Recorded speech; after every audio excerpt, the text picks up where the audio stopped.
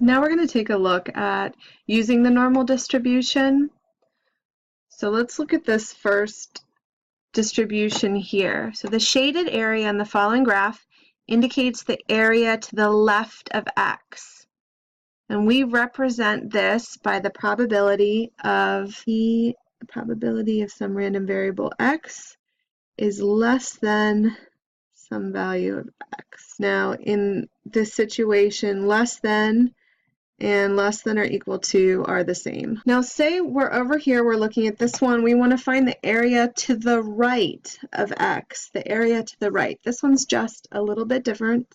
So to find this probability that some random variable is, and we would use greater than x, for case x, it's a lowercase x, then we would have to do 1 minus the probability of x, some random variable x, is less than x. And the same as over here, greater than and greater than or equal to are the same, or calculated the same for this scenario.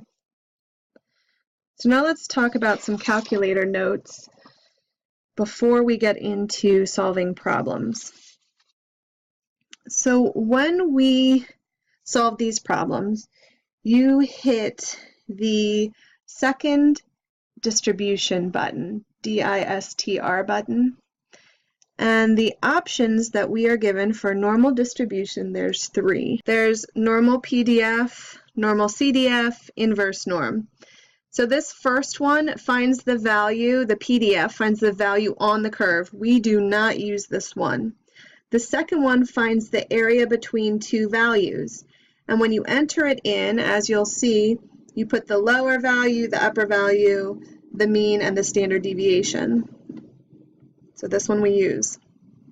We also use inverse norm.